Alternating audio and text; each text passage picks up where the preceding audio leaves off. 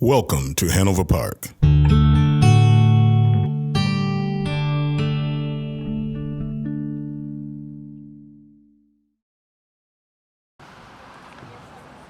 Good morning, and thank you for joining us today for this special ceremony to honor those first responders who responded to the attacks on September 11th, 2001, as well as all first responders who have given their lives to service to their communities. Please rise for the singing of the national anthem.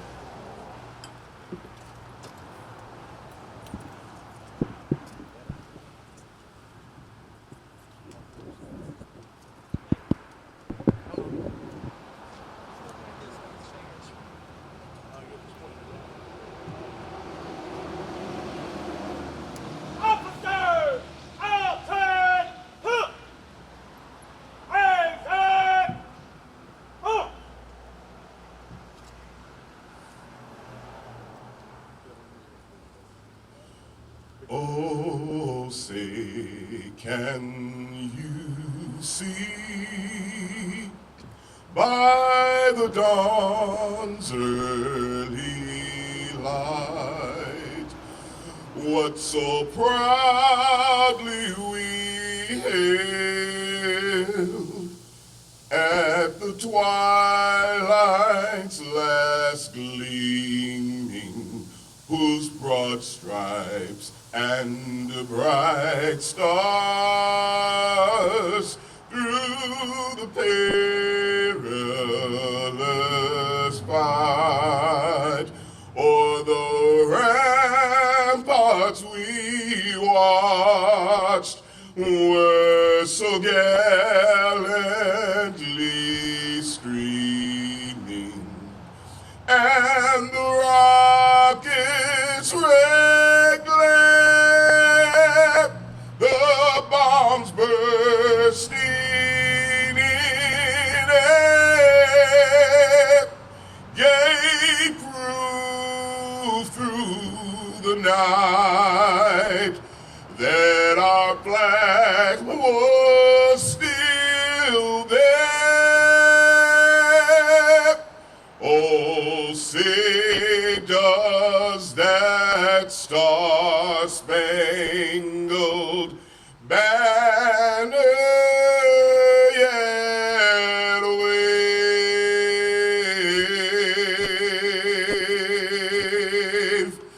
o'er the land of the free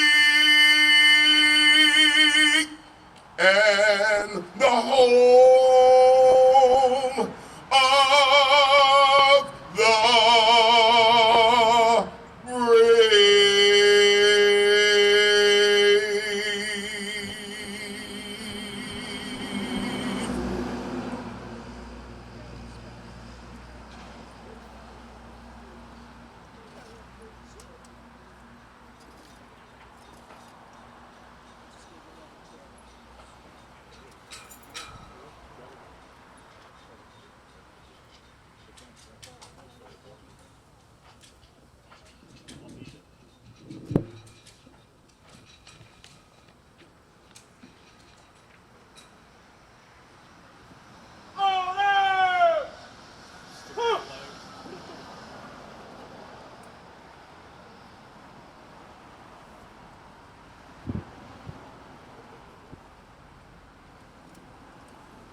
Now for an invocation from our chaplain.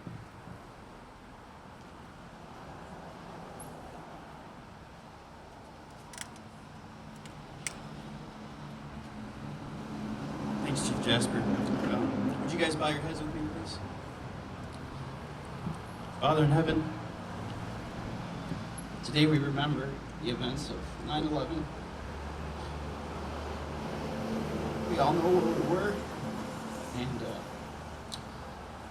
we thank you for the freedom that we have because of that. We thank you for the first responders who acted bravely. And God, today, as we remember again, we ask that you would fill our hearts with hope, that you would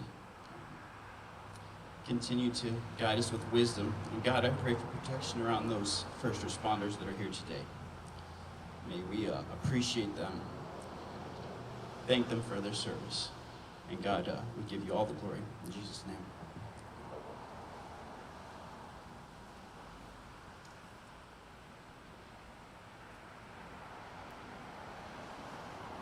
A few words from our mayor.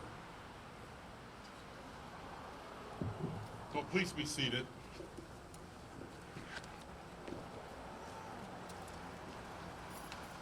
I have my proclamation that I now print on larger size printing.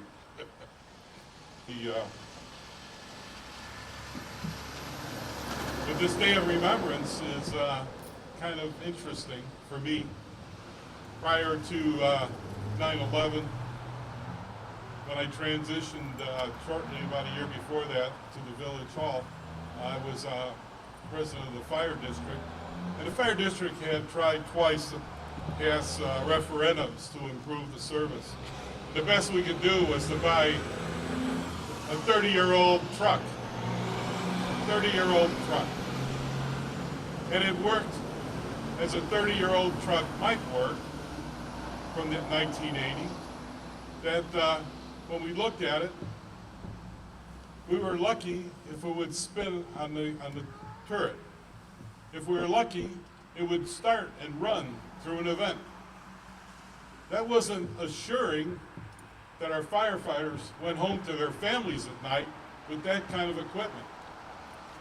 In front of me, I see the truck, the first truck we bought that was new, that was ordered to work as in the model that we expect, and it's still with us today, and it's functioning as well as it was new because we invest the time, the energy, the dollars to keep it running, to keep it ship-shape.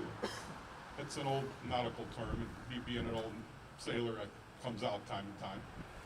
And recently, we bought another truck, and that truck will serve us into the future at least 30 years.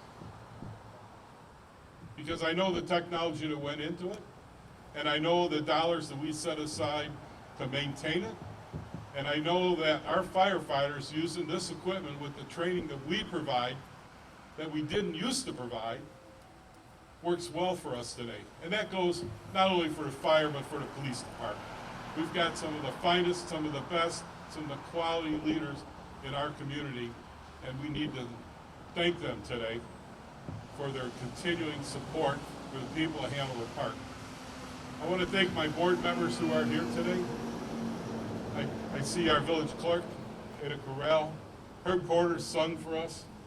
If I could sing like that, I probably wouldn't be standing here. What a blessing we have in our town. I see our state representative here. Thank you for coming. Michelle Mussman is here. I don't know if I see anyone else, but at this time, I'd like to read a proclamation that whereas on September 11, 2001, the American people endured the worst terrorist attack on U.S. soil in the nation's history with courage and heroism. Whereas in response to this tragedy, Americans across the country came together in a remarkable spirit of patriotism and unity and carried out countless acts of kindness, generosity, and compassion. And whereas community organizations and family members of 9/11 victims began observing the anniversary of September 11 as a charitable service day to honor the memory of those who were lost and those who were united in response to the tragedy, including first responders and volunteers, many volunteers. And whereas the Service America Act, approved by Congress and enacted into law on April 21st, 2009, directed September 11th to be observed and recognized as an annual National Day of Service and Remembrance, and charged the Corporation for National and Community Service with leading this nationwide effort. And whereas participating in service and remembrance activities on September 11th is a positive and respectful way to remember those lives that were lost, pay tribute to those who rose in service, to honor those who continue to serve our country. Today, including active duty, reserve soldiers and their families, veterans, and first responders. Now therefore I, Rodney S. Craig, President of the Village of Hanover Park, proclaim September 11th, this day of service and remembrance in the Village of Hanover Park, and call upon the people of Hanover Park to honor the lives of those lost through participation in community service and remembrance ceremonies on this day and throughout the year.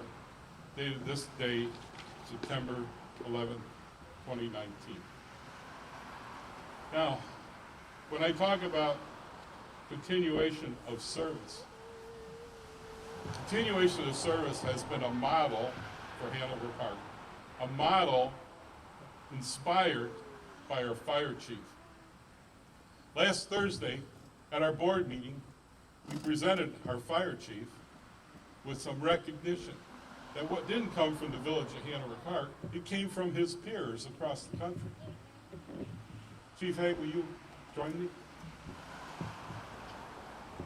Oh, there you are. I'm looking out in all those.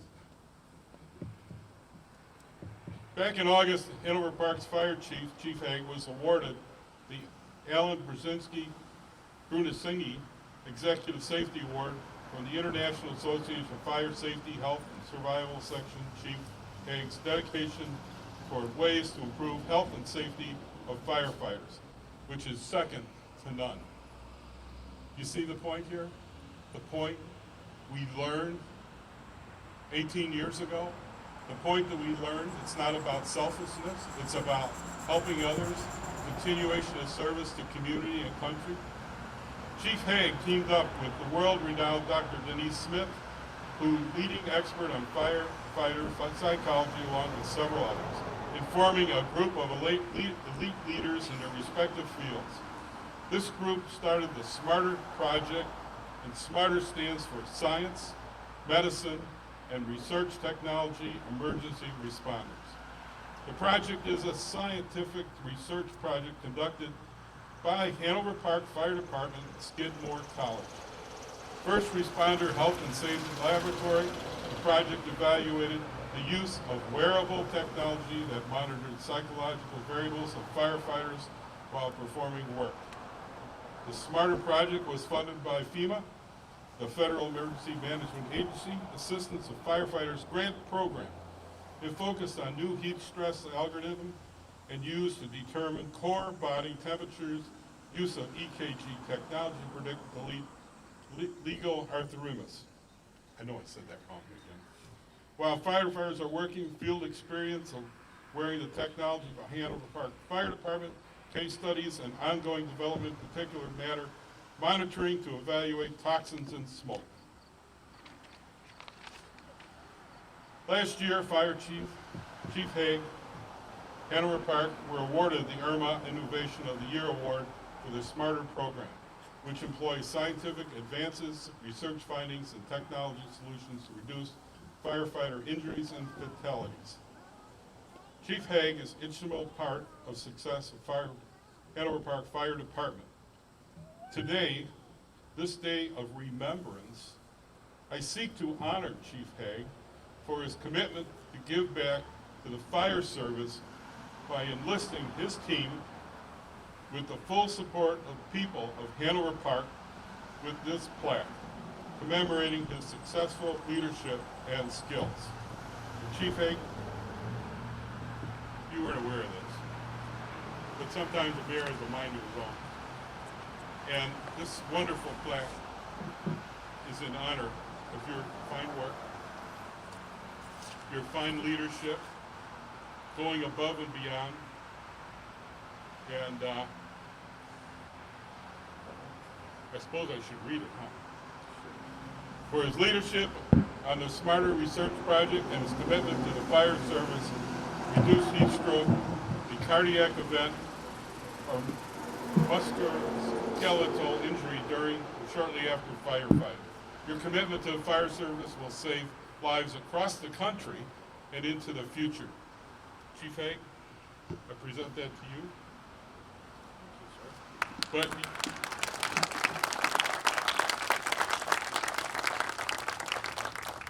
we know he didn't do it alone. He did it with your team. And to all firefighters of Hanover Park and all those supporting the initiative, and I'd like to bring up the deputy chief representing, and who's our union president? Brian Similak. Can you break away? Is he here? Here he comes. Okay.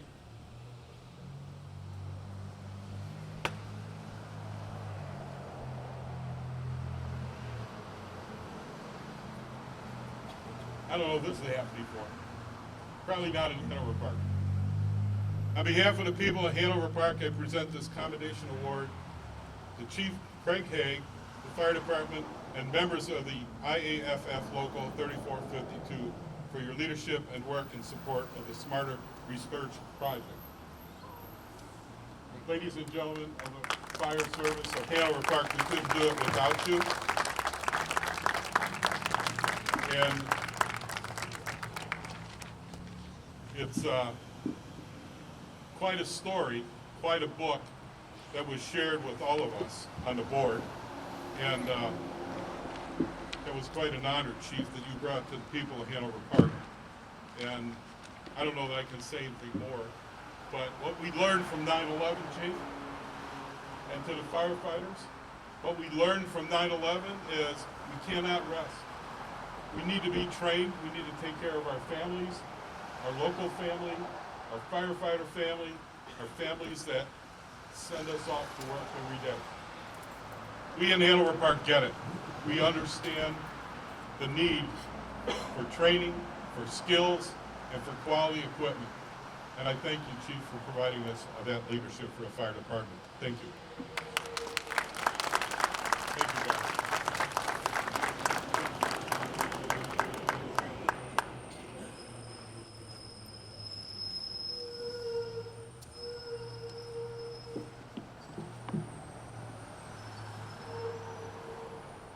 I got your notes. Thank you, sir. To write this thing.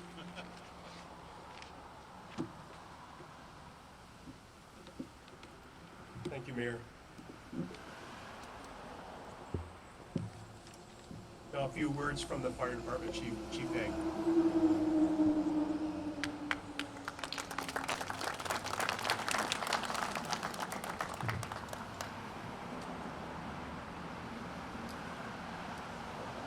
I've spent the last 17 years working for the mayor, either as a trustee when he served in that position or now several years as the mayor. I'm never 100% sure what he's going to do.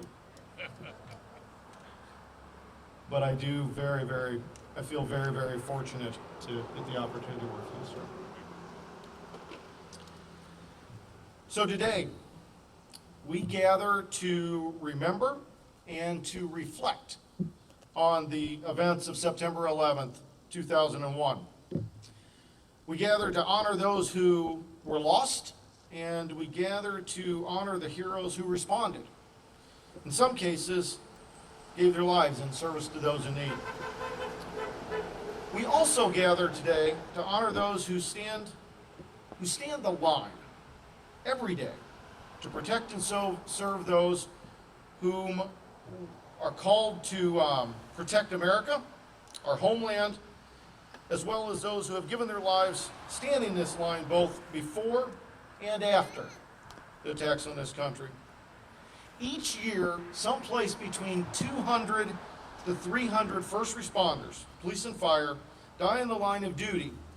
And that's not including those who suffer some type of debilitating injury or illness.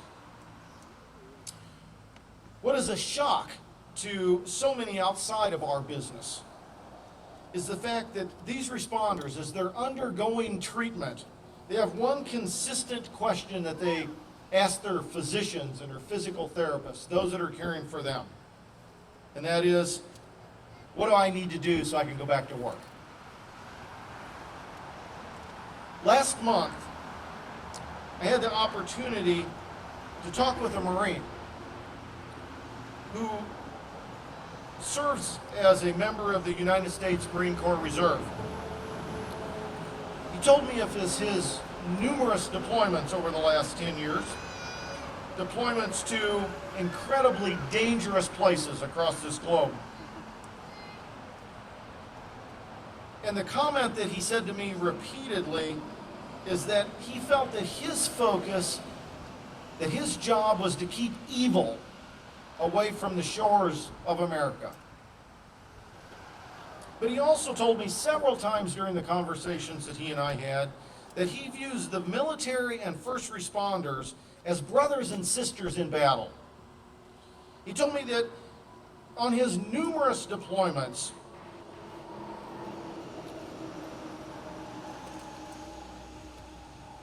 that while he is gone, he depends on, or he thinks about, he focuses on that the emergency responders that are back home, we're here protecting the people and the interests of our homeland.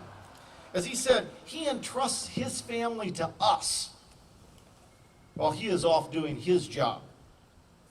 Now, I must admit that that is a perspective that I had not really thought about before, but it's certainly one that has struck me over time.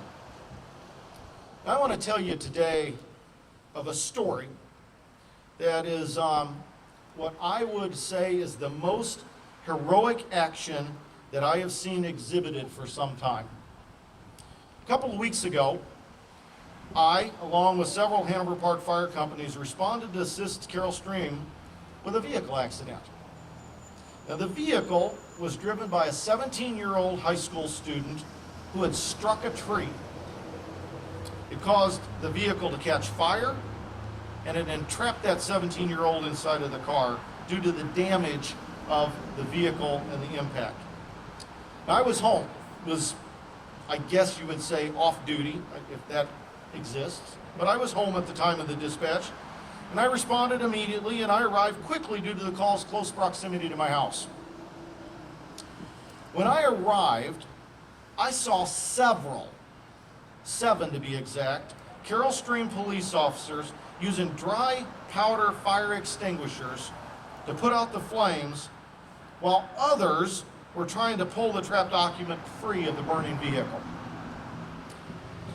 These police officers, dressed in polyester uniforms, you guys realize that stuff melts and it sticks to you while it burns you. These police officers are dressed in polyester uniforms, and without regard for their safety, they were given an all-out effort to try and save this young person's life. Now, they are not trained as firefighters, and they certainly were not equipped to do what it was that they were doing. But they were doing it anyway. Now, once the fire equipment got on the scene, they finished the extinguishment, and they began the difficult process of freeing the occupant from the vehicle. He was both severely injured and significantly pinned, as the metal of the vehicle, as well as the engine block, it kind of wrapped itself around his lower extremities. Now, my job, as I responded and was assigned, was to oversee the incident from the perspective of rescue operations and to ensure that we had all of the victims accounted for. And not only were they accounted for, that they were being treated. You see, the heroic police officers were now victims. Victims due to smoke inhalation and some cuts and bruises. Now, bottom line, we all recognize that if you're going to do the job that we do, you're going to bang yourself up. And that's kind of part of the deal. But these guys were doing it in a little different scenario. They were out of their comfort zone. And I think that's unique. I think that's heroic. As I started to speak to these police officers, I continued to hear the same phrase out of everyone that I talked to. Take care of him, the kid in the car. We're okay. Now, some of these officers, they were covered head to toe in dry powder extinguishing agent. They had it in their hair, they had it in their eyebrows, they had it on their face, they had it on their clothing.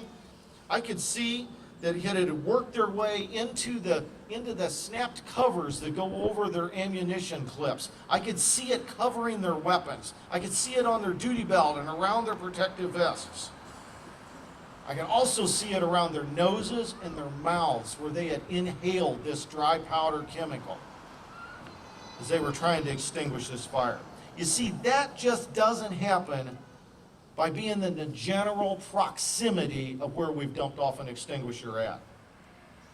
That happens when you are literally in the middle of the fight. You're up next to the car. You're up next to the fire. You're doing the work to stop the fire and protect that life that is inside of that car. You're giving it your absolute all. I saw officers with soot on their face and their hands and their clothes. And we know from research, some of the research that the mayor just gave me an award for, and the rest of the members of this organization. We know from that research that soot acts like an absorbent to volatile organic compounds, or VOCs, as most of us will refer to it. And those VOCs are released from burning products like synthetics, foam rubber, rubber in and of itself, the rubber of the car, the engine components, the foam from the seat, all of that stuff that's burning in a car fire. And it's released, and once it gets on the skin, it actually absorbs in through the skin, gets into the bloodstream. And what's important about those VOCs is every one of them is a known carcinogen. And we know that soot absorbs that and catches it and holds it. And any place you have soot on the skin is a place in which those VOCs get absorbed. And I saw police officers, not firefighters, police officers with soot on their hands and their face and their skin. For firefighters, we have breathing apparatus and we have protective fire suits that encapsulate and cover our skin and protect our respiratory systems. But not these police officers. Instead, they placed their life on the line to do what needed to be done. Now, for the last several years, I have seen our brothers and sisters in blue work and do the things that they're doing, and I've watched them struggle as they try and work hard to serve and protect. Some would try and make you believe that they're the enemy. But what I witnessed a couple weeks ago was a group of heroes. A group of heroes who went to work in a split second without hesitation and did not stop to assess the risk to themselves or who was involved. But rather, a human life needed their help, and they understood that they were required at that very moment to stand in the gap between life and death. Ezekiel 22:30 reads in part, I look for someone among them to stand before me in the gap on behalf of the land. Those officers that I witnessed that evening, they did just that. They stood in the gap. In fact, they stand in the gap every day. So today we honor those who stand in the gap. The folks that are standing around you. Those who have gone before, those who have given their lives, those who currently serve, and those who will serve in the future. It is my prayer, it is my continuous prayer, that God will continue to bring men and women who are willing to stand in the gap. And for those of us who wear a badge, never, never, never allow yourself to forget our true mission and why it is that we do what it is that we do.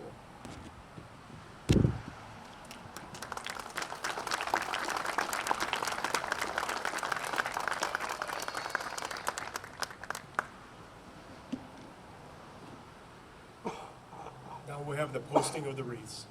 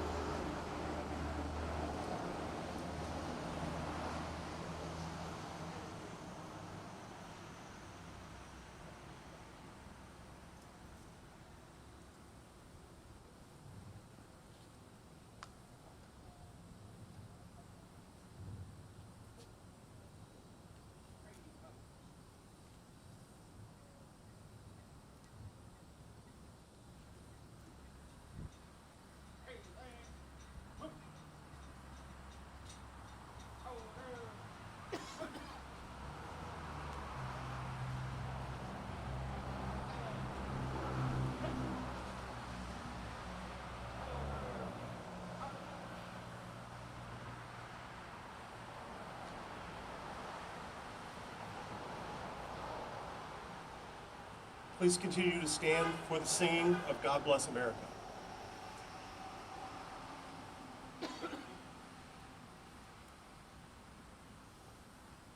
God bless America, land that I love. Stand beside her and guide her through the night with the light from above. From the mountains to the prairies, to the oceans wide with foam. God bless America, my home, sweet home. God bless America, my home, sweet home.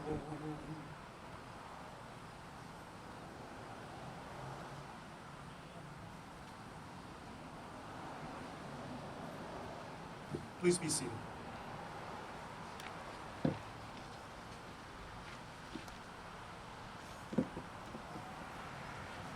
The fire service today is ever-changing, but it's steeped in tradition 200 years old.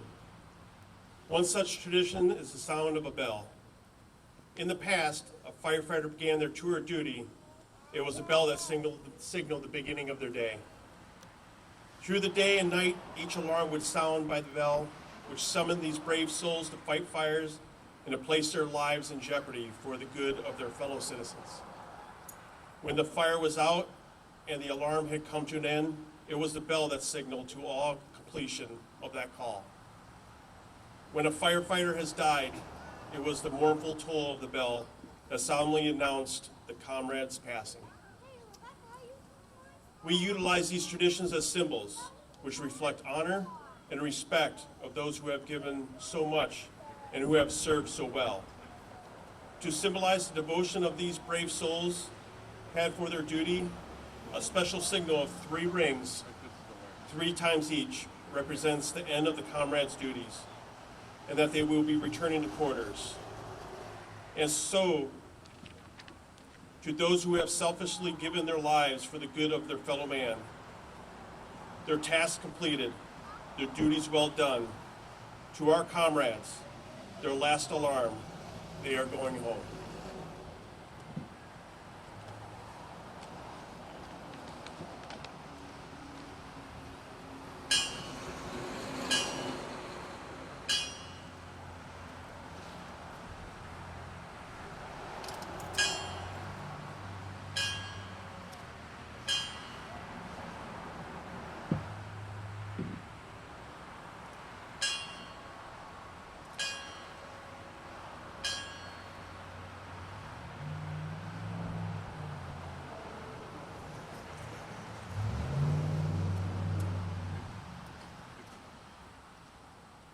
A benediction from our chaplain.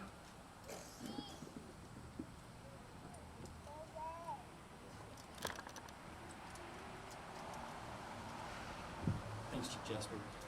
Before I pray, would you guys join me in just thanking again all of the first responders in Hanover Park, police and fire, who stand in the gap? Just thank you guys. Seriously, thank you.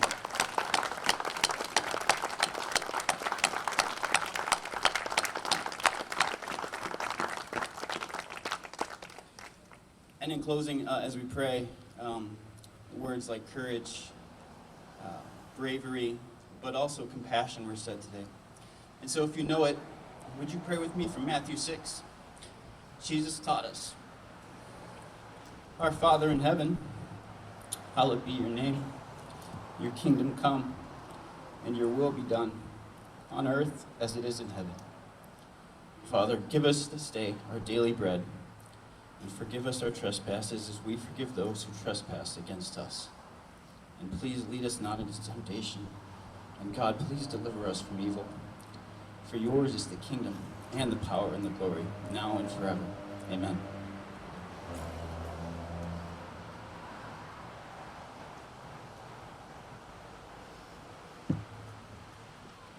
like to thank everybody for showing up today and being a part of this beautiful ceremony. We would like to welcome you to pay your respects and pass by the wreaths. And thank you again for coming.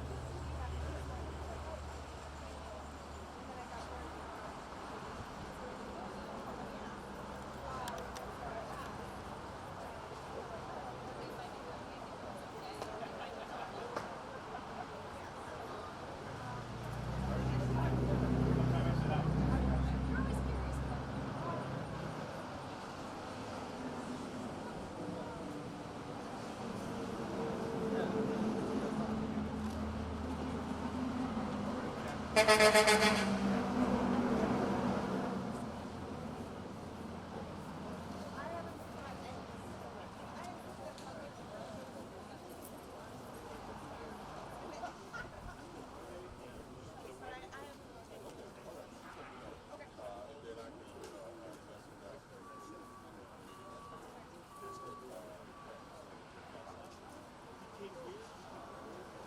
that's the last question I have.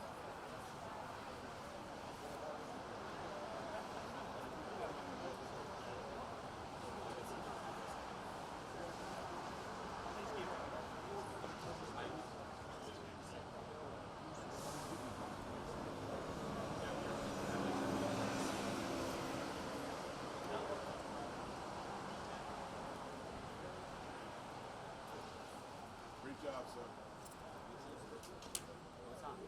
Okay, all right. All right. Veterans Day. Good job. Okay. I'm looking forward to it. It's going to be fun. Yeah.